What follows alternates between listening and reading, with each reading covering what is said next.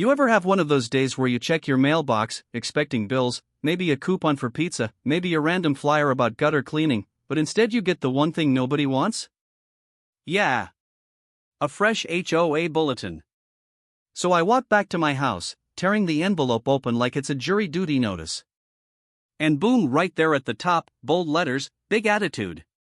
New rule update: no open flame barbecue pits, smokers, grills, or outdoor cook appliances of any kind. I literally stopped walking. Just froze on the sidewalk like someone had hit pause on me. I read it again. Then again. Then I looked around like maybe someone was hiding behind a bush waiting to laugh. Because at first, I thought, no way. No way this is real. But the HOA doesn't joke. They don't do humor. They don't even smile. They only do rules, violations, and we hope this message finds you well, which it never does. So I head inside, throw my keys on the counter, and sit down like I just found out my favorite show got cancelled. I'm staring at this letter thinking, why now? Why this rule? I've been grilling in my backyard for years. Never had a complaint. Never burned a single leaf. Never smoked out the neighborhood, well, unless brisket counts. So I'm reading through the bulletin, looking for an explanation. Something like, due to fire risk. Or, because someone set their fence on fire. Or even we hate joy and flavor. But nope. Just one paragraph of legal-sounding nonsense that basically said, we decided it. Deal with it. And the whole time, you know what kept popping into my mind? The HOA president's husband. This man grills like it's his full-time job. Every single weekend. I'm talking ribs on Saturday, burgers on Sunday, hot dogs on weekdays just because he can. This dude uses more propane than a camping store. He's basically running a small restaurant out of their backyard. I swear you can smell his barbecue 2 streets away. People jog past their place just for the aroma. So you can imagine how confused I was when I read no barbecue grills of any kind. Because clearly, the rule wasn't meant for him. It was meant for people like me. You know, the folks who follow the rules until the rules stop making sense. At first, I told myself, relax. There's no way they're gonna enforce this. Maybe it's just one of those filler rules they put in to look busy. But the more I thought about it, the more suspicious I got. Why now? Why at the start of grilling season? Why when literally nothing happened to trigger it? And here's the part where things really started to smell funky, and I'm not talking about smoked meat. A few days before this bulletin showed up, the HOA president tried to get me to move my old grill. Not because it was bothering anyone. Not because of a fire hazard. But because, in her words, it looks a bit too used. Lady. It's a grill. It's supposed to look used. If your grill looks brand new forever, that means you're doing it wrong. So now, all of a sudden, after that conversation, a new rule magically appears banning every type of outdoor cooking device known to mankind? Come on. It didn't add up. Even my neighbor was confused when I showed him the letter. His exact words were, "Bro, her husband literally grilled steaks last night. I could smell the garlic butter from my bedroom. So what, he gets a free pass? And the rest of us get told to eat cold sandwiches for the rest of our lives? Nah. Something was going on. That night, I sat on my deck with the bulletin in my hand, reading it under the porch light like it was a crime scene clue. The more I stared at it, the more I felt that little spark inside me, the one that lights up when someone tells you you can't do something for no good reason. I'm not a troublemaker. I don't start drama. But when something feels unfair, my brain goes into detective mode. And this rule? This rule felt targeted. The wording didn't sound like a general community safety rule. It sounded personal. I leaned back, looked up at the sky, and laughed a little. Because the HOA really thought they could just drop a rule like this and everybody would fall in line. No questions asked. But not me. If they wanted to come for my grill, If they wanted to ban barbecue in the whole neighborhood. If they wanted to act like they owned the air itself. Then I needed to figure out what was really behind this. So I folded the bulletin, looked straight into the camera, well, mentally, and I thought to myself. Something didn't add up, so I decided to find out what did. When the HOA dropped the no barbecue anything ever again rule, I honestly thought maybe I was overreacting a little. Like maybe I was the only one annoyed. Maybe everyone else would just shrug and say, whatever, we'll eat salad. Yeah, no. Turns out the entire neighborhood hit DEFCON 1 overnight. The next morning, my phone started buzzing like it owed me money. I open our neighborhood group chat, the one that's usually filled with lost cat pictures and someone asking who keeps putting trash in the wrong bin, and the place was on fire. People were typing like their thumbs were angry. First message I saw. What is this rule? My son's birthday barbecue is this weekend. We already bought everything. Then another one. My parents fly in once a year and we always grill. What am I supposed to do now? Microwave steaks? Someone else dropped. I swear they wake up every morning thinking, how can we make life worse today? The chat was moving so fast I couldn't even keep up. People were mad. Like genuinely frustrated in a way I hadn't seen since the HOA tried to ban inflatable Christmas decorations last winter. Yeah, that was a whole other battle. One neighbor sent a voice note, and you know it's real when the voice notes start. She said, my twins literally cried when I told them we can't do our annual summer kickoff cookout. They've been looking forward to it for weeks. Birthdays cancelled. Traditions destroyed. Families scrambling. You'd think the HOA banned oxygen the way people reacted, but honestly, grilling is our neighborhood culture. It brings people together. It's how folks unwind. It's how neighbors actually talk to each other instead of pretending not to see each other at the mailbox. So the chat is exploding, everyone is venting, and then out of nowhere, someone drops a picture. No caption. Just a photo. And the second I zoomed in, my jaw dropped. It was the HOA president's husband. Standing in his backyard. Grill lid open. Smoke rising like he summoned a barbecue spirit. And here's the kicker. The timestamp showed it was taken the same day the new rule passed. I laughed so loud my dog got scared.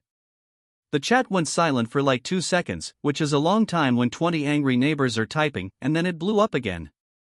No way. You gotta be kidding me. So he gets to grill but we don't? This is why no one trusts them. The messages came in one after another, like popcorn in a microwave. Then someone else said, this needs to be shared. People should see this hypocrisy. And, well, the internet does what the internet does. The photo got posted anonymously on a local neighborhood page. No name, no address, no finger pointing. Just the picture and the caption. HOA bans all grills today. HOA president's husband at 6 p.m. Within a couple hours, it had a few hundred reactions.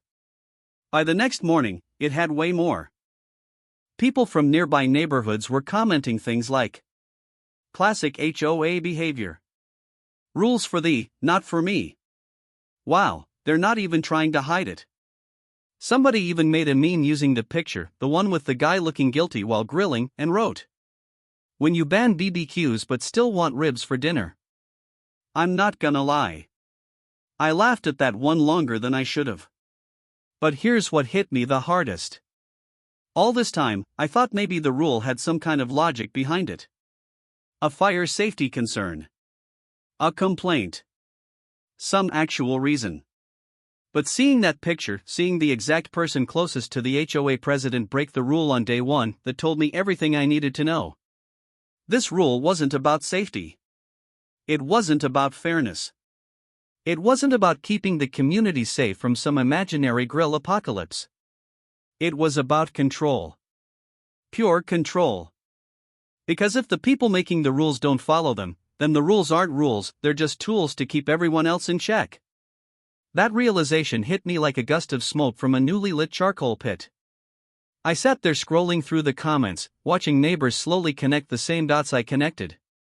And the more I thought about it, the more I felt something rising in me, that same spark from chapter 1. This wasn't just annoying anymore. This was unfair. And everyone knew it. One neighbor messaged me privately and said, "Hey, I think you were right. Something's off about this. We need to push back." And that's when I fully realized. If the HOA thought this community was just gonna roll over because they published a fancy PDF, they seriously underestimated us. And they definitely underestimated me. Because now? It wasn't just a grill ban. It was a challenge. And challenges make me creative. After the neighborhood blew up over the grill ban, I sat on my porch that night, scrolling through the angry messages and the memes, and for a moment, I just drifted. I leaned back in my chair, closed my eyes, and the smell of smoke that wasn't even there took me straight back to being a kid. See, barbecue wasn't just food for me. It wasn't something I picked up as an adult because it looked cool on YouTube. It was my whole childhood. I grew up in a house where the grill was basically the family calendar. If you smelled smoke, it meant something was happening. A birthday. A graduation. A Sunday. A day with good weather. A day with bad weather. Honestly, my dad didn't need a reason. If he walked outside and the sky didn't fall on him, he was lighting that grill.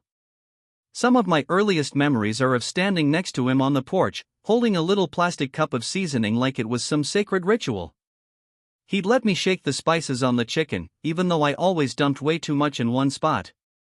He never corrected me. He'd just say, that piece got lucky today, and laugh.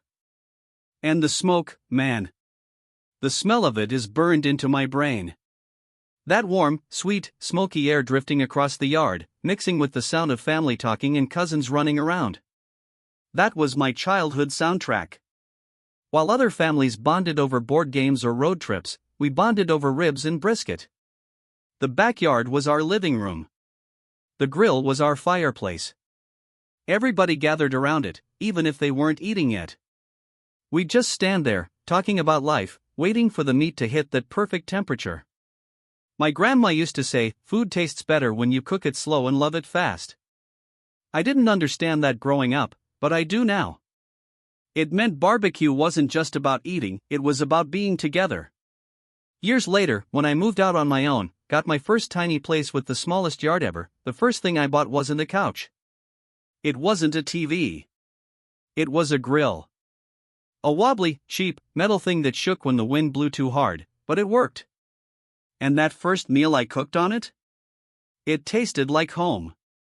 So when the HOA tried to ban grills, ban them completely, it didn't hit me the way it might hit a casual grill twice a summer person.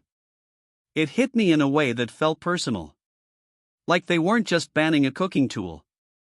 They were banning a part of who I am. It sounds dramatic, I know. But barbecue is more than meat and smoke. It's culture. It's roots. It's tradition. In my family, we didn't sit around a big dinner table inside the house. We made memories in the yard. Smoke in the air. Plates in our hands. Sauce on our shirts. That's what made life feel real. Even now, every time I grill, even if it's just chicken thighs on a random Tuesday, I feel connected to something bigger, to where I came from, to everyone who taught me, to every moment that shaped me. It's grounding. It's healing. It's mine. So when the HOA bulletin arrived and basically said, "Stop doing the thing that shaped your whole childhood," I felt something twist inside me. Like, who do they think they are? They don't know where I come from. They don't know what barbecue means to people. They don't know the comfort it brings, or the memories tied to it, or how the smell of smoke can make you pause and think about someone you miss. They don't know any of that. They just want control. Rules. Power. And they think that by printing one little paragraph in a newsletter, I'm gonna roll over and give up something that's been a part of me forever? Not a chance. I set my phone down, leaned forward, and just let that feeling wash over me, that mix of nostalgia, frustration, and stubbornness. And in that moment, I knew exactly where I stood. Giving up barbecue wasn't on the table. Not now. Not ever. And if the HOA really thought a rule was gonna change that, well, they seriously misjudged who they were dealing with. I said it out loud, just to hear it. If they think a rule can take this away from me, they don't know me. And when I said it, something clicked. This wasn't just a fight about a grill anymore. This was about identity. About standing up for something that matters. About drawing a line in the sand, or in this case, the backyard. And once I draw a line? After all the chaos in the group chat and the mini-viral picture of Mr. HOA Smokemaster, I decided it was time to actually sit down and read the rule again. Not skim it. Not glance at it in annoyance.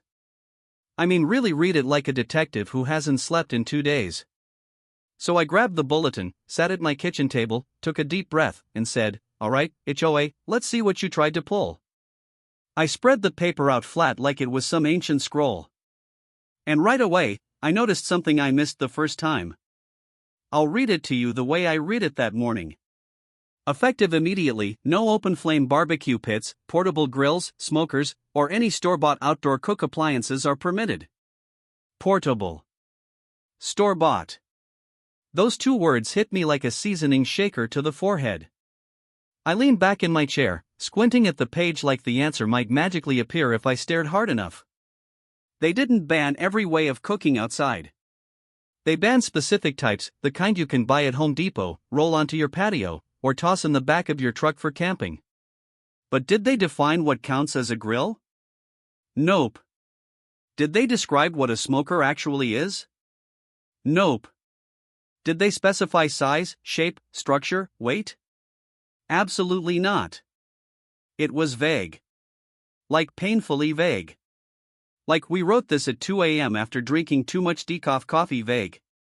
And vague rules, well, those are my favorite kind. Because vague rules have holes. And if there's a hole, I'm finding it. I read the whole thing again, word by word, line by line. Even the tiny fine print. Even the part where they always say, "Thank you for your cooperation." Which, by the way, is HOA language for "we know you hate this, but deal with it." Still nothing. No definitions. No measurements. No explanation of what makes something a grill. Just open flame barbecue pits, portable grills, smokers, store-bought appliances.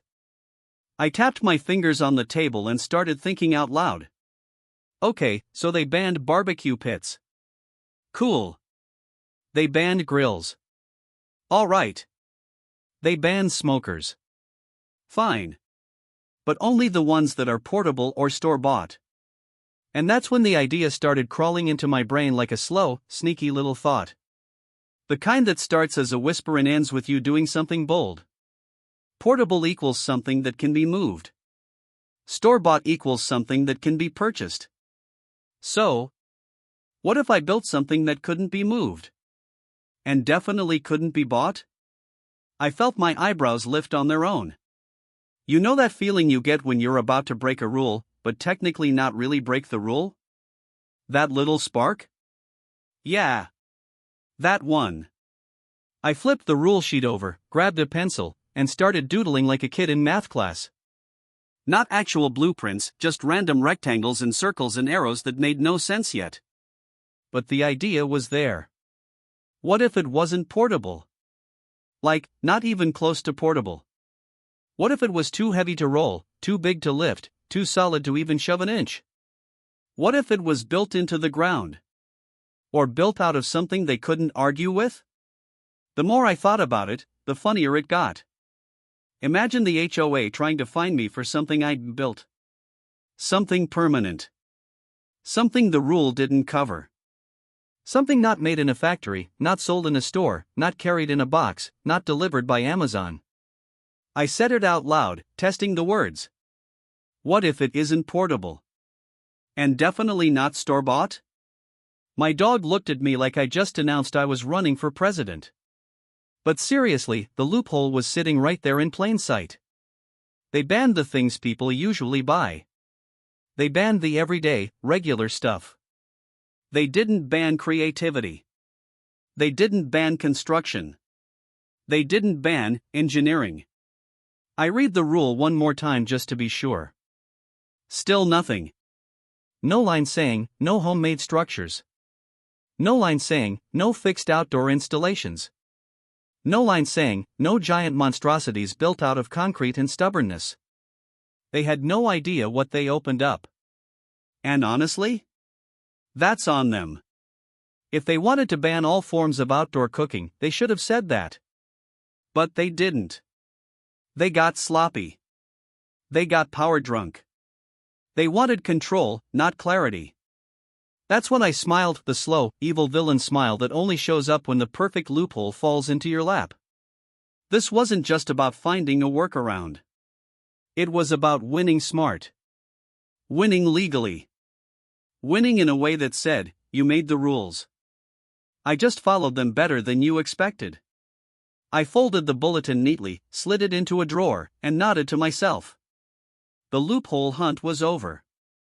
The plan was starting. And the HOA had no idea what was coming. The moment the loophole clicked in my brain, everything else around me went quiet. It was like the world hit mute and all I could hear was one single thought. Build something they can't complain about. Build something they can't define. Build something they can't stop. So I grabbed my notebook, the same one I use for grocery lists and terrible doodles, and I started sketching. And when I say sketching, I don't mean fancy architectural drawings. I mean chaotic scribbles that look like a toddler trying to draw a dragon. But the idea was there. Not a grill. Not a smoker. Not a barbecue pit. Something bigger.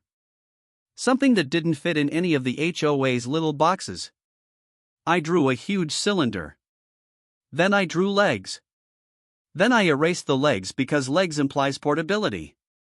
Then I drew a base, a thick, heavy base. Then I added little arrows pointing to the ground like, this part won't move ever. I kept mumbling to myself like a mad scientist. Too big to be a pit, too heavy to be a grill, too weird looking to be store-bought, too permanent to be portable. And then it hit me. Why build a smoker that sits on top of the ground, when I could build a smoker that becomes part of the ground? I grabbed a fresh page and wrote 3 words at the top. The Monster Smoker. No brand name. No manual. No barcode. Just pure backyard engineering and spite. I started listing features like I was designing a superhero. Welded into a concrete foundation. Built from custom-cut steel. So heavy it'll probably become a new state landmark. Big enough to cook for the whole block. Classified as an architectural feature instead of a grill. That last part, oh, that part made me smile. See, the HOA can regulate appliances. They can regulate barbecue equipment. But architectural features? Stone structures? Custom installations? Those fall under a whole different category, and more importantly, one they never mentioned in the rule. So I kept sketching, turning my notebook into something that looked like a cross between a blueprint and a treasure map. Then I realized something important. I couldn't weld. At all.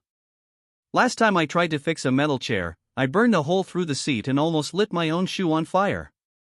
So I pulled out my phone and called the one person I knew could handle this kind of madness, my buddy, Marcus. Marcus is a welder. Not a hobby welder. A makes entire car frames for fun welder.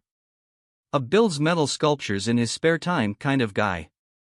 Basically the exact person you call when the HOA thinks they can bully you and you need to build a small skyscraper in your backyard. He picked up on the second ring. Yo, what's up? I said, I need your help building something. Silence. Then, is it legal? I paused. Technically, yes.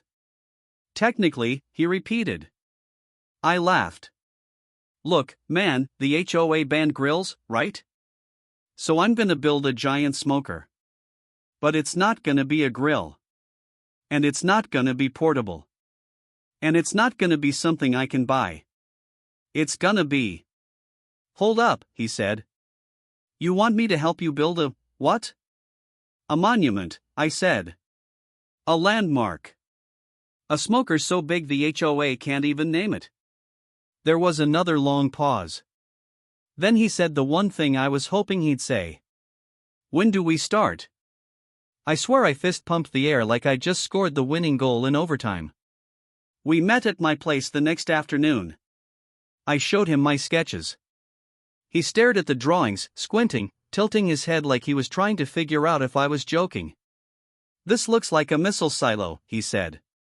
Good, I replied. Let the HOA try to regulate that. He laughed and shook his head. All right, man. If we're doing this, we're doing it right. We'll need steel plates, concrete mix, custom hinges, high-heat paint, and probably a weekend where you're ready for your HOA to have a meltdown. Perfect. Exactly what I wanted. We finalized the plan right there on my back porch, the sun going down behind us like the start of some dramatic DIY montage. And as we wrapped up, I stood there looking at the backyard, imagining the massive, immovable monster smoker rising from the ground like some backyard monument to freedom. That's when the cinematic moment hit me. In my head, I heard my own voice, deep and slow like a movie trailer voiceover. They banned barbecue pits? Fine. I wouldn't build a pit. I'd build a landmark. And that's when I knew. Act 2 was officially underway. The morning we started building the monster smoker, the whole street woke up confused. You know that sound metal makes when it gets dragged across concrete? That long, painful screech that makes people step outside like, what on earth was that? Yeah, that was us at 8:01 a.m. Not 7:59. Not 8 o'clock on the dot. 8:01, because we follow legal HOA noise hours with surgical precision. Marcus showed up with a trailer full of steel like he was delivering supplies for a small battleship. Giant drums, thick plates, heavy hinges, stuff you'd normally see in a warehouse, not in a quiet suburban backyard. He hopped out of his truck, slapped his gloves on, and said, "All right. Let's make the HOA regret ever learning the alphabet." Music to my ears. We laid everything out on my lawn and got to work. The first sparks flew as soon as Marcus fired up the welder. Bright, violent flashes lighting up the yard like mini fireworks. The clanking of metal hitting metal echoed across the neighborhood. The smell of hot steel filled the air. It was beautiful. Every couple minutes, we'd hear a car slow down in front of my house. People creeping by like they were watching an action movie from inside their SUVs. The first neighbor to walk over was Tom from 3 houses down. He leaned on the fence, eyes wide, eyebrows raised. "What, exactly, are you building?" he asked. I wiped sweat off my forehead and said, "A smoker." He blinked. "That's not a smoker, that's a spaceship." "Good," I said. "Let them try to regulate that." He started laughing so hard he almost fell into the fence. A little later, another neighbor stopped by. Then another. Before long, I had a small crowd gathering like we were hosting a backyard metalworking show. People whispered things like, "Is that legal?" "No way the HOA can stop him." "Oh, this is gonna be good." And honestly, their reactions fueled me even more. But the best part? The HOA president. Around noon, I saw her walking down the street with her dog, except, she never walks her dog. Like ever. I've literally never seen the dog's legs move. Usually it's carried everywhere like a little cotton ball with eyes. But today? Oh, today the dog was on the ground. Touching grass. Moving its own feet. A historic moment. She wasn't walking the dog. She was walking by. Slowly. Suspiciously. Trying so hard not to stare at the giant steel drums stacked in my yard. She did that fake smile thing, the one where only the mouth moves but the eyes are screaming, and gave me a tiny wave. "Good morning," she said through clenched teeth. "Afternoon," I said, even though it was only 11:47. Her smile twitched.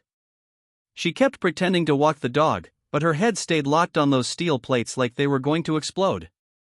Marcus nudged me and whispered, "She's gonna lose her mind when she finds out what this is." "Oh, she knows," I said. "She just can't admit it yet." We kept working. Sparks flying. Metal heating. Steel bending. The frame started coming together piece by piece, this massive, immovable structure rising from the ground like the world's heaviest middle finger. And because I'm not stupid, I made sure everything was done legally. Permits? Filed. Approved. Stamped. Noise? Only during permitted hours. Not a minute earlier, not a minute later. Safety rules? Followed. Goggles, gloves, everything OSHA would be proud of. The HOA had nothing on me. Not one thing. But that didn't stop them from trying. Around 3 p.m., I checked my mailbox and found a brand new HOA letter. No surprise there. I opened it while Marcus was grinding down the edges of the firebox. It was written in that classic HOA tone where they pretend they're being polite but you can feel the attitude dripping off the page. "We have noticed activity on your property and request details on the nature, purpose, and classification of the structure being assembled." Translation: What are you building and why can't we stop you? I folded the letter neatly and slid it right into the trash can. Because here's the thing. They can request all they want. They can ask for details. They can express concern. But unless what I'm doing violates a rule, I don't owe them a single word. Not an explanation. Not a diagram. Not even a drawing of a stick figure grill. Marcus looked over and asked, "What was that?" I said, "Just fan mail." We worked until sunset, sparks lighting the dimming sky, the monster smoker slowly taking shape, huge, heavy, and absolutely unstoppable. The neighbors were excited. The HOA was nervous. And me? I was just getting warmed up. I wish I could say the reveal was some peaceful, quiet moment where I stepped back, admired my work, and whispered something inspirational like a movie hero. But no. It was loud, sweaty, dramatic, and honestly, kind of perfect. By the time the smoker was finally done, my backyard looked like a mini construction site that retired. There were footprints in dried mud, random bolts I still haven't figured out the origin of, and a patch of grass that may never emotionally recover. But in the middle of all that chaos stood the beast, the monument to my stubbornness, the smoker I built bigger than their rules. The first time I walked out and saw it fully assembled, I literally stopped in my tracks. I even did that slow blink thing people do in movies when they're stunned. My friend, the welder, slapped the side of it with his glove and said, "Well, she's not going anywhere." Understatement of the year. This thing wasn't just big. It wasn't just heavy. It was anchored into the earth like it was trying to win a fight with gravity. The steel legs were welded to a platform we'd sunk into the ground with concrete, rebar, and approximately 200% more reinforcement than strictly necessary. It could probably survive a tornado, a hurricane, and the HOA president's attitude all at once. And the look of it? Oh man. The whole smoker was coated in smooth matte black paint that made it look like it had just rolled off a sci-fi movie set. The chrome handles and hinges gleamed like jewelry. And because I'm a little extra, I added a temperature gauge shaped like an old-school pressure meter, the type you'd see in a submarine movie before the captain screams something dramatic. It didn't look like a barbecue pit. It didn't look like a grill. It didn't even look like a smoker. It looked like an art installation that could also cook the best brisket of your life. The neighbors were the first to react. At first, they approached slowly, the same way people walk toward a wild animal they're not sure is friendly.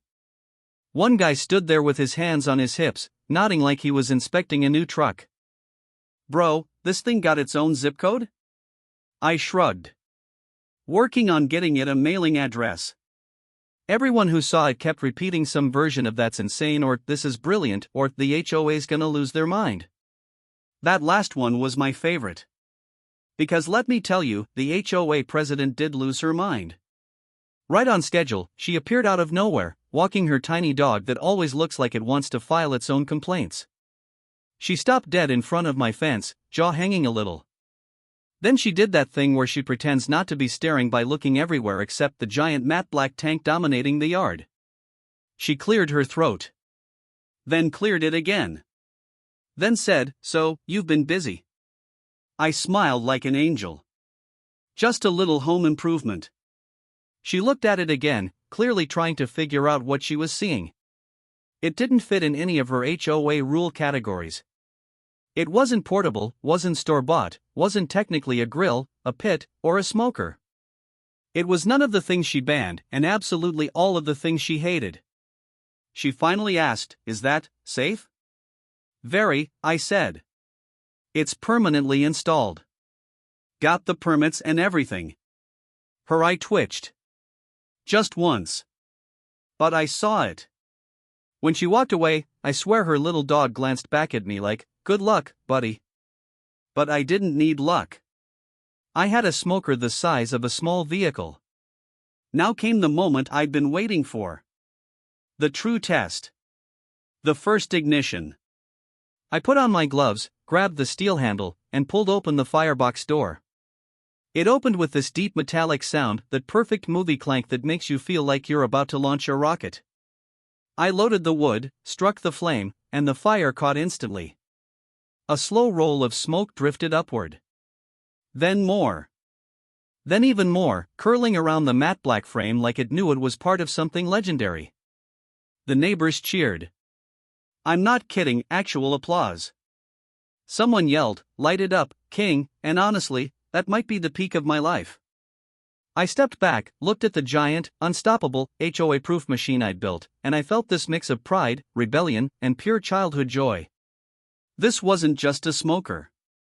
It was a message. A message welded in steel, bolted into the earth, and impossible to remove without a construction crew and a legal meltdown. I wiped my hands on my jeans, stared into the camera, and said, "I didn't build a barbecue pit. I built the smoker bigger than their rules." And just like that, the real fight was about to begin. The smoker had barely finished its first glorious smoke session when the HOA decided to lose its collective mind. I woke up the next morning to 3 letters stuffed into my mailbox. Not delivered. Stuffed. Jammed in so tight I had to yank them out like I was pulling a sword from a stone. Each envelope had that familiar tone, the "we hate that you're enjoying life" tone. I took them inside, made some coffee, sat at my table, and opened the first one. Violation notice. Your newly constructed outdoor cooking device appears to violate the community rule prohibiting barbecue pits, smokers, and grills. Appears, huh? Okay. Second letter. Your structure may constitute a fire hazard. Third. Immediate compliance required. I laughed out loud. Not like a normal laugh, more like that disbelieving, slightly unhinged laugh of a guy who knows he's about to ruin someone's day with facts. So I went into my office, printed out the HOA rule, and highlighted the keywords in neon yellow. Portable. Store-bought. Open pit. My smoker was none of those things. It was basically a welded metal monument cemented into the earth like it was auditioning to be a national landmark. You'd need a crane, a team of engineers, and maybe emotional support to even think about moving it. So I wrote a short note, polite, but with the exact level of petty joy I felt inside. Per your rules, this device does not meet the definition of any banned item. Please see attached highlights for clarity. I mailed all 3 letters back with my response and a little smiley face sticker on the envelope. Not necessary, but spiritually important. 2 days later, I got the inevitable email. Emergency HOA board meeting, mandatory attendance. Mandatory? Cute. I showed up to the meeting room, which was already buzzing like a beehive someone kicked. People were whispering, pointing, waving their printed out screenshots from the neighborhood group chat where someone had taken photos of my smoker like it was a celebrity sighting. The board members sat at a long folding table. The president looked like she'd spent the entire day practicing her angry voice in the mirror.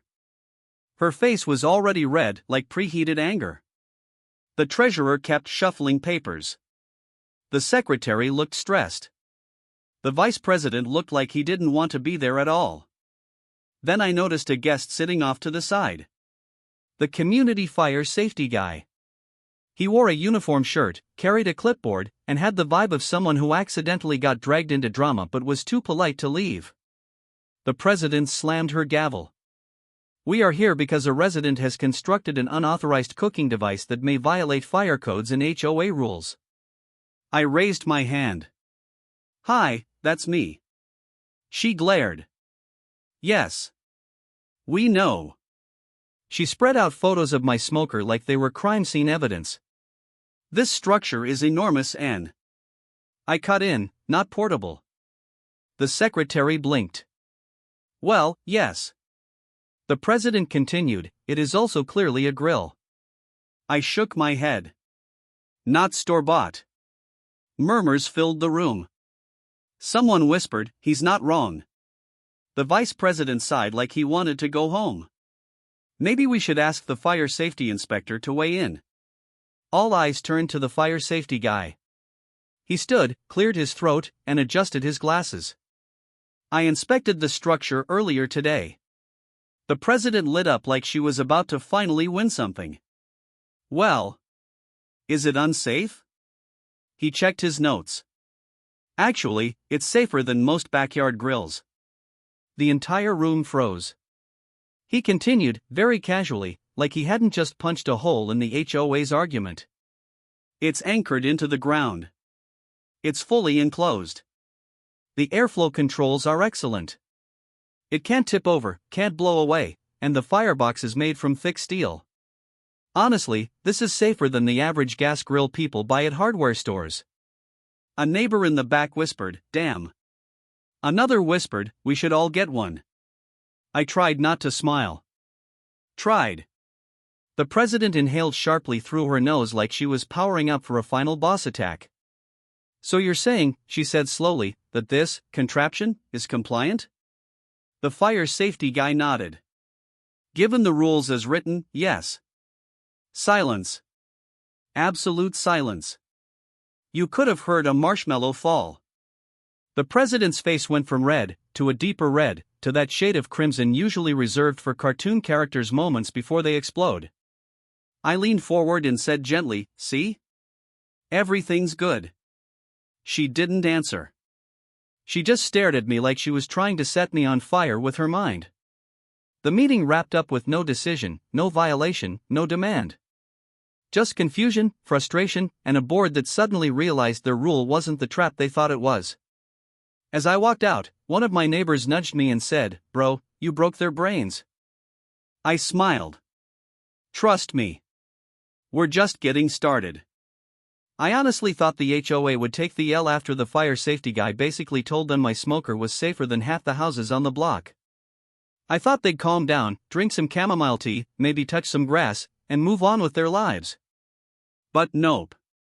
The very next morning, I heard the familiar thunk of something hitting my front door.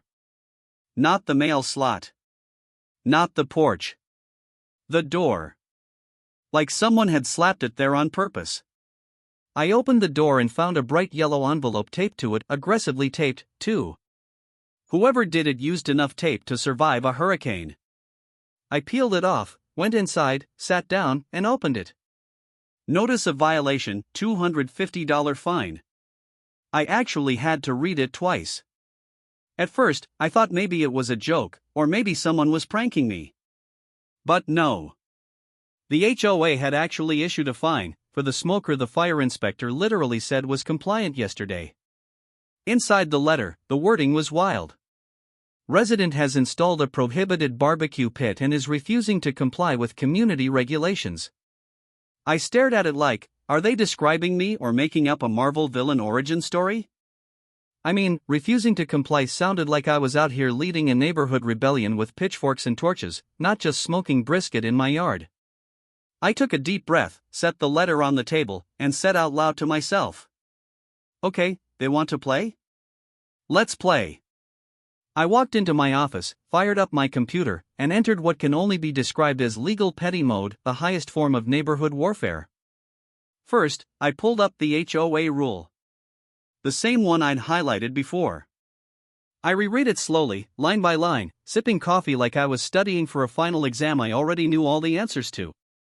Words repeated back at me like poetry. Portable. Store-bought. Open pit. Yeah. None of those applied. Then I opened the file of construction photos I had taken every step of the way. The concrete being poured. The steel being welded. The anchors going into the ground. The fact that this structure was basically part of the Earth's crust now. Next, I pulled up the city permit I'd secured before even starting the project.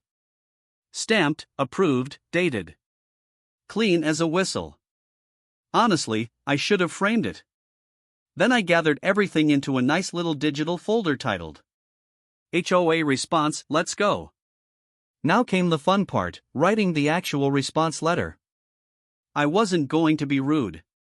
I wasn't going to be sarcastic. That's what they wanted, an excuse to escalate. Nope. I was gonna hit them with professionalism so clean it would sting worse than any insult. I started typing. Dear board members, I am writing in response to the notice of violation dated, insert date. As outlined in the attached documentation, the structure in question does not meet the definition of a barbecue pit, grill, smoker, or any prohibited portable or store-bought cooking device as defined in the community rule. This installation is a permanent outdoor cooking structure, anchored into a concrete foundation and integrated into the architectural layout of my backyard. Per community guidelines, permanent installations fall under architectural features rather than portable appliances. Additionally, this structure was permitted by the city, permit attached, and deemed safe by the community fire safety inspector. Therefore, the notice of violation and subsequent fine have no standing. I respectfully request that this violation be dismissed. Regards. My name. Short. Clear. Knife sharp. But I wasn't done yet. I printed the rule. Highlighted the same words again: portable, store-bought, open pit. Attached photos of the build. Attached the permit. Attached the fire inspector's notes. And put everything into a nice, neat 10-page packet that looked so official I almost intimidated myself. Before heading to the HOA office drop box, I reread the letter one more time. My favorite line? This is not a barbecue pit. This is a permanent outdoor cooking installation consistent with community architectural guidelines. Something about that sentence made me feel like I had just earned an honorary law degree in petty compliance-based warfare. I walked down the street, packet in hand, feeling like I was delivering the final boss document. A few neighbors saw me and whispered, "Oh, he's about to end them." One even saluted me. I saluted back. Because honestly, it felt appropriate. I slipped the packet into the HOA drop box, closed the lid gently, and said quietly, "Good luck, y'all. You're gonna need it." And then I walked away smiling, because this wasn't just a response. It was a warning shot wrapped in professionalism. The real showdown was coming next. After I dropped the official "not a barbecue pit" packet in the HOA drop box, I expected a week of silence. Maybe some passive-aggressive letters. Maybe a couple of stern looks from the president while she pretended to walk her dog. What I didn't expect was an entire neighborhood uprising. The next morning, I checked the group chat. And oh, it had exploded. Someone had started a petition. Not a big, formal thing yet, just a Google Doc that quickly went viral in our little street. The title said it all. Support, my name, let us grill in peace. Within hours, signatures were piling in. Neighbors I barely knew were commenting things like, "This rule is ridiculous. I'm tired of HOA hypocrisy." Finally, someone standing up for backyard fun. "If he can't barbecue, none of us can." That last comment made me choke on my coffee laughing. People were sending me photos of themselves holding tongs, spatulas, even a kid waving a tiny plastic grill, all in solidarity. I swear, by the end of the day, the whole block looked like it was gearing up for a full-scale barbecue war. The energy in the neighborhood shifted. Suddenly, it wasn't just me versus the HOA. It was everyone versus unreasonable rules. Even the quiet neighbors, the ones who usually just nod politely when you walk past, were speaking up. One lady, who always wore gardening gloves like she was ready to defend her tulips at a moment's notice, posted, "I've followed every rule here for years, and they always find a way to punish people for nothing. Enough is enough." A retired engineer down the street sent a message with a photo of his homemade pizza oven. "If backyard cooking is illegal, you've got me breaking the law daily." People were venting frustrations they'd been holding for years.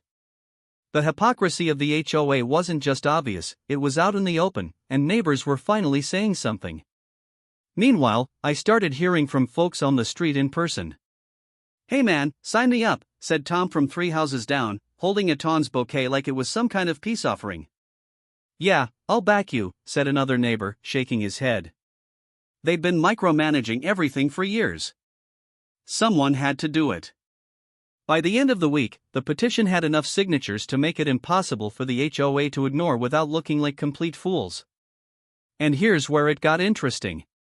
The board itself started to fracture. Half of the members, the ones who actually lived in the neighborhood and didn't want riots over barbecue, were whispering to each other in the meeting room.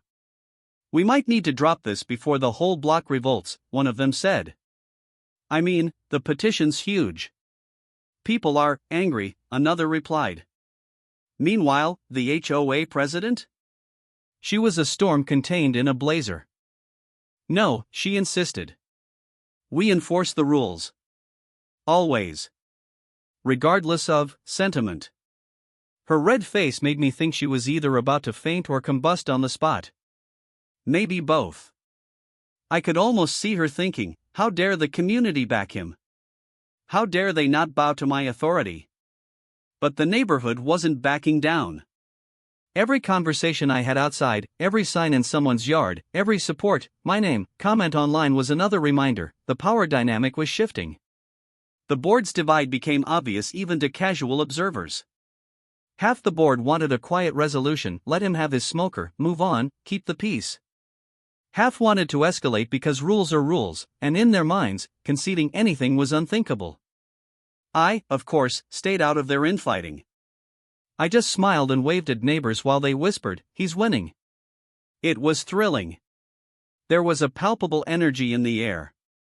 For once, the community felt alive, united by a common cause, and that cause happened to be a giant matte black smoker welded into my backyard.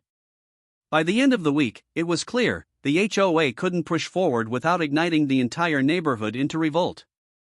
Half the board already feared it. And the president? She was gritting her teeth so hard, I worried she might bite down through her own frustration. And that's when I realized something important. The smoker wasn't just a cooking device. It was a symbol, a lightning rod, and a rallying point. The balance of power had shifted. And the HOA wasn't ready for it. After weeks of escalating tension, cryptic letters, petitions, and passive-aggressive glares from the HOA president every time I stepped outside, the inevitable finally arrived. They demanded arbitration. Not a friendly chat. Not a "let's talk it over with cookies." No. A formal arbitration. As in, a neutral third party, official-looking forms, and the unspoken threat of some serious paperwork-fueled wrath. I spent the night before preparing mentally, like an action hero gearing up for the final fight. I even practiced dramatic eyebrow raises in the mirror. You have to look good while winning, right? The day arrived. I led the arbitrator, a calm, clipboard-wielding person with glasses thicker than the HOA's rulebook, to the backyard. The monster smoker gleamed under the morning sun, matte black and intimidating, like a backyard monument carved from pure defiance. The arbitrator tilted their head and asked politely, "Is this portable?" I paused, took a slow breath, and leaned on the smoker. My hand pressed against the smooth steel. I shifted my weight just a little, zero movement. Not a millimeter. "Not in the slightest," I said, voice low and dramatic, like narrating the climax of an epic movie. The arbitrator nodded, jotting something down. I swear I could hear a faint ding in my head, like I had just scored a point in life. Next, the question I'd been expecting. "Is this store-bought?" I smiled, reached into my phone, and pulled up the step-by-step welding photos. Sparks flying, metal bending, Marcus grinning while we wrestled steel plates into place. I handed the phone over like it was evidence in a courtroom. The arbitrator scrolled through, nodding appreciatively. Ah. Custom fabrication. Not purchased from a store. I suppressed a grin. The HOA president, standing a few feet away, was positively sputtering. I mean, full-on, face red, mouth moving but no sound, tiny bursts of fury escaping every few seconds. She jabbed a finger at the smoker like it had personally insulted her family. It's enormous, she finally shouted. It blocks the view. It's intimidating the neighbors. I stepped closer, hands raised innocently. Actually, I said, it's fully compliant. Anchored, permanent, custom-built, exactly what the rulebook allows. And the fire safety inspector already verified it's safer than most grills people buy at hardware stores.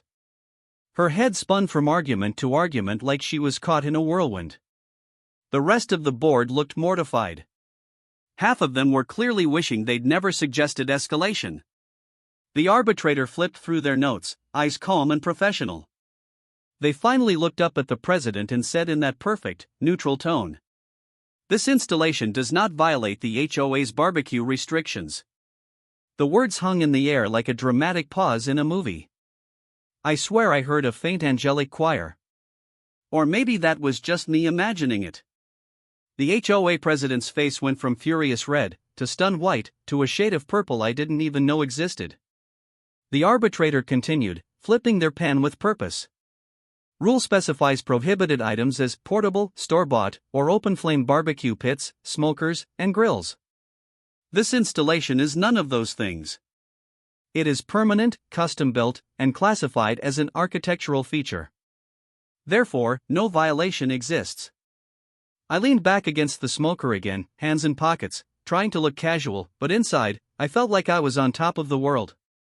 Neighbors had gathered by the fence, peeking over, smiling, some even taking discreet videos like it was a championship match. The HOA president muttered something under her breath, but it didn't matter. The arbitrator's ruling was final. There would be no fine. No compliance order. No victory parade for the HOA. I glanced at the other board members. Half of them were quietly nodding, probably relieved. Half looked like they had just lost a war they didn't realize they were fighting. I caught the president staring daggers at me one last time before turning and storming off. The little dog, predictably, didn't move an inch. Loyal sidekick, that one. I took a deep breath and ran my hand along the smoker. Matte black, chrome handles gleaming, smoke rolling lazily into the air. It wasn't just a smoker anymore. It wasn't just steel and concrete. It was a symbol of stubbornness, cleverness, and standing up for what's yours. I glanced at the neighbors. Someone whispered, "You did it."